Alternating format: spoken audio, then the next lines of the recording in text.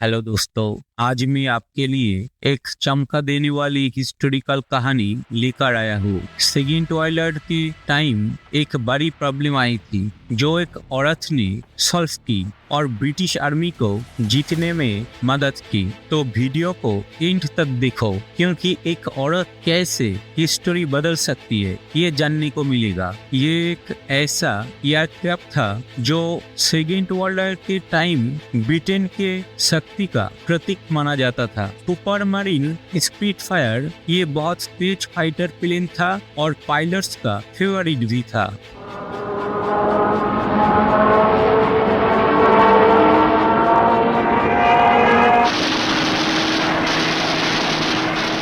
Common लोग भी इसे एक जीतने वाली मशीन मानते थे, लेकिन एक बड़ी दिक्कत थी। स्पिटफायर का इंजन अक्सर बंद हो जाता था, स्पेशली जब प्लेन जर्मन पायलट्स के साथ डॉग फाइट में होता या नीचे डाइव करता। दूसरी तरफ जर्मन लुफ्टवाफ्फे के मेसरश्मिट Bf-109 फाइटर प्लेन्स में ये प्रॉब्लम नहीं थी। इस वजह से जर्मन पायलट्स को ब्रिटिश पायलट्स पर फायदा मिलता था। 1940 तक जब बैटल ऑफ ब्रिटेन अपने अंतिम चरण तक पहुंच गया था, ये सिर्फ एक टेक्निकल प्रॉब्लम नहीं थी, ये ब्रिटेन के जीत या हार का सवाल बन चुका था। अगर ये प्रॉब्लम सॉल्व नहीं होती तो ब्रिटेन का जीतना मुश्किल हो जाता। ब्रिटिश इंजीनियर्स और बड़ी कंपनीज ने इसे फिक्स करने की बहुत कोशिश की, पर कोई सॉल्यूशन नहीं मिला। और तब एक अनएक्सपेक्टेड सॉल्यूशन आया। एक औरत ने इस प्रॉब्लम का जवाब ढूंढ निकाला। उस औरत का नाम था ब्रिटिश शिलिंग। ब्रिटिश शिलिंग एक टैलेंटेड इंजीनियर थी जिन्होंने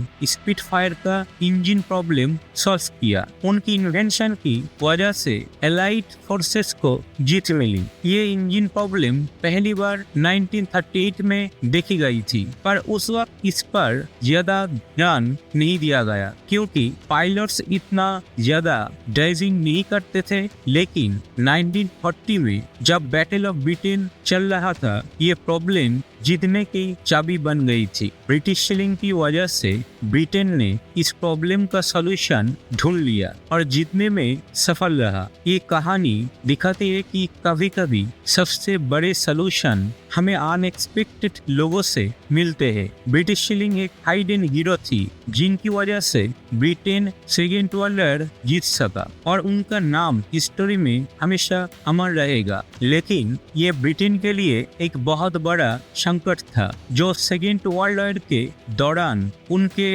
अस्तित्व के लिए एक बड़ी समस्या बन गया था। जंग के शुरू से ही ब्रिटिश सरकार ने 20,000 से ज्यादा स्पिटफायर प्लेन्स बना लिया था।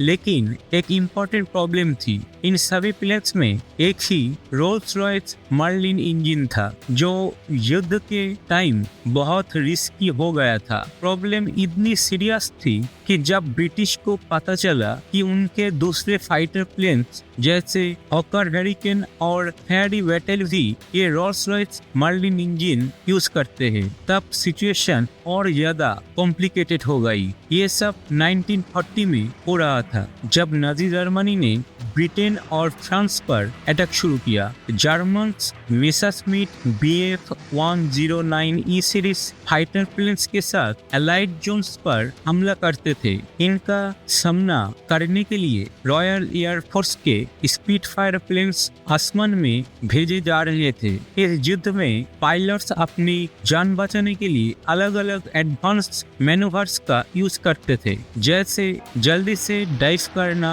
या प्लेन को बिल्कुल ऊपर ले जाना। ऐसे डॉग फाइट्स सेकेंड वर्ल्ड के सबसे मशहूर और हिस्टोरिकल मूवमेंट्स थे जिसमें प्लेन्स एक दूसरे के खिलाफ घंटों तक लड़ते थे। जब प्लेन्स डॉग फाइट में घंटों तक लड़ रहे थे तो कभी कभी पायलट्स डाइव करके दुश्मन के गोली से बचते और कभी नोज डाइव करके दुश्मन प्लेन पे फायर करते थे। अब सोचो, अगर ऐसे मूवमेंट पे इंजन बंद हो जाए तब पायलट बच नहीं सकता। ये एक बहुत ही खतरनाक सिचुएशन थी जिसमें एक छोटी सी गलती का मतलब सीधा मौत था। बैटल ऑफ ब्रिटेन के दौरान ब्रिटिश के पायलट्स के पास एक एडवांटेज था, वो अपने ही एरिया में लड़ रहे थे तो फ्यूल सप्लाई आसपास थी, इसलिए वो ज्यादा देर तक लड़ सकते थे। लेकिन जर्मन पायलट्स के लिए दिक्कत थी, उन्हें पहले इंग्लिश चैनल क्रॉस करना पड़ता, फिर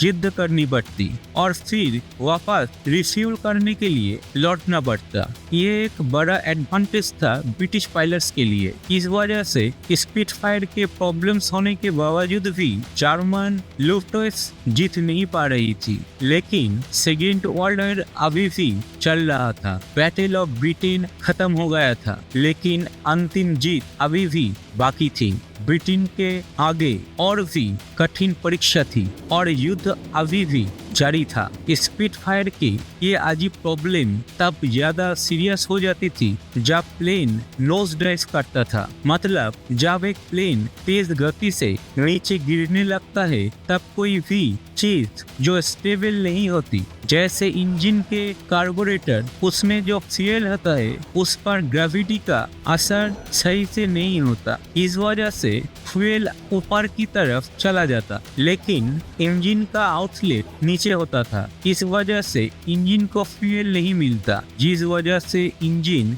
बंद हो सकता था या झटके लेने लगता था जब तक प्लेन फिर से सीधा नहीं हो जाता। ये प्रॉब्लम सॉल्व करने के लिए उस टाइम के बेस्ट इंजीनियर्स की मदद ली गई। रोल्स रॉयस के एल्फ्रेड सिरिल लवजी और रॉयल एयरक्राफ्ट एस्टेब्लिशमेंट के एडी फिशर, उन्होंने सलूशन निकालने की कोशिश की, लेकिन पूरी तरह सफल नहीं हो पाया। उनके दिए गए सलूशन नए प्रॉब्लम्स क्रिएट कर रहे थे। 1940 में एक औरत ने दिया सबसे इफेक्टिव सलूशन, जिसे आज ब्रिटिश शिलिंग के नाम से जाना जाता है। 1938 में जब स्पिटफायर का प्रोडक्शन टेस्ट युद्ध हो रहा था, तब ब्रिटिश शिलिंग ने इस प्लेन की प्रॉब्लम सॉल्व करने के लिए उसको दोबारा मॉडिफाई करके टेस्ट किया। आपके मन में अब सवाल आ सकता है, कौन थी ब्रिटिश शिलिंग? ब्रिटिश शिलिंग सिर्फ एक इंजीनियर ही नहीं थी, बल्कि एक जबरदस्त रेसर भी थी।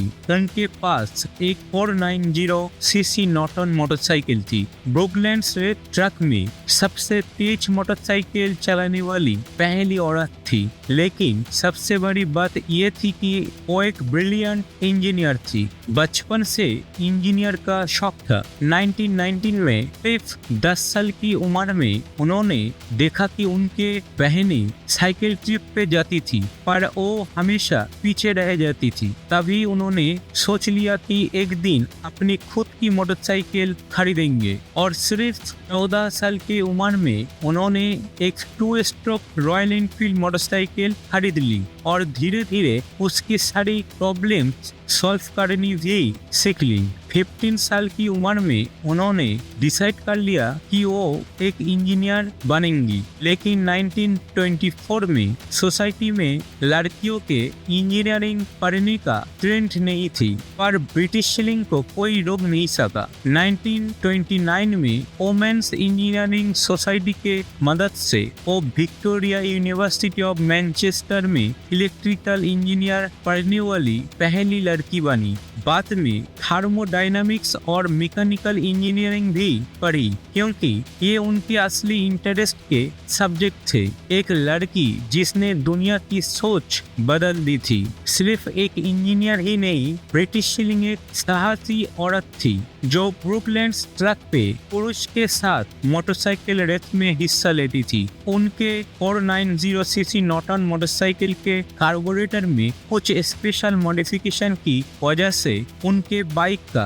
पिकअप जबरदस्त हो गया था। लेकिन तब उन्हें ये नहीं पता था कि ये एक्सपीरियंस उनके स्पिटफायर और हरिकेन फाइटर प्लेन्स के इंजन प्रॉब्लम सॉल्व करने में मदद करेगा। सेकेंड वर्ल्ड वॉर के पहले ब्रिटिश शिलिंग क्या करती थी? देखिए, जब सेकेंड वर्ल्ड वॉर शुरू होने वाला था तब शिलिंग रॉयल एयरक्राफ्ट एस्टेब्लिशमेंट में काम कर रही थी। पहले उनका काम सिर्फ टेक्निकल डॉक्यूमेंटेशन लिखना था, लेकिन लेकिन 1939 के नवंबर में उन्हें प्रमोशन मिलता है और वो टेक्निकल ऑफिसर बन गई। अब उनका काम सिर्फ डॉक्यूमेंट्स लिखना नहीं था, बल्कि कार्बोरेटर के रिसर्च और डेवलपमेंट पे काम करना था। जब रोल्स रॉयस के इंजीनियर्स स्पीडफायर के इंजन प्रॉब्लम का सॉल्यूशन नहीं निकल पाए, तब शिलिंग खुद एक सॉल्यूशन प्रपोजल देने आई।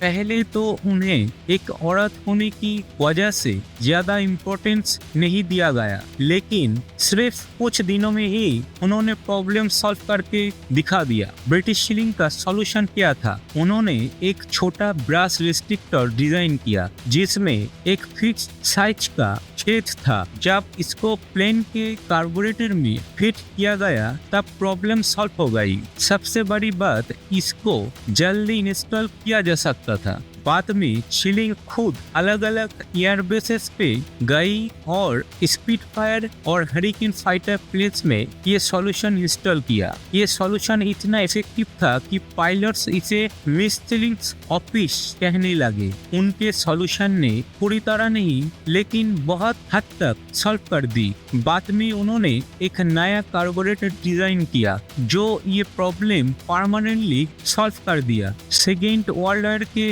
एंड तक स्पीडफायर और हरिकेन के पायलट्स ने उन्हें पूरा क्रेडिट दिया। 1949 में ब्रिटिश शिलिंग को order of the British Empire का सम्मान दिया गया। ब्रिटिश शिलिंग की engineering journey second world war के बाद भी चलती रही। युद्ध के बाद उन्होंने इंजीनियरिंग नहीं छोड़ी। उन्होंने रॉकेटरी, रैमजेट्स और गाइडेड वेपन्स जैसे नए प्रोजेक्ट्स पे काम किया। 1955 में उन्हें रॉयल एयरक्राफ्ट एस्टेब्लिशमेंट का सीनियर प्रिंसिपल साइंटिफिक ऑफिसर बना दिया गया। ब्रिटिश शिलिंग सिर्फ एक इंजीनियर नहीं थी, एक मिसाल थी। उन्होंने सिर्फ इंजीनियरिंग नहीं की, बल्कि वुमेन्स के लिए नए रास्ते खोले। उनका नाम आज भी रिस्पेक्ट से लिया जाता है। अगर आपको ये कहानी पसंद आई हो तो लाइक और शेयर करिए ताकि और लोग भी इसके बारे में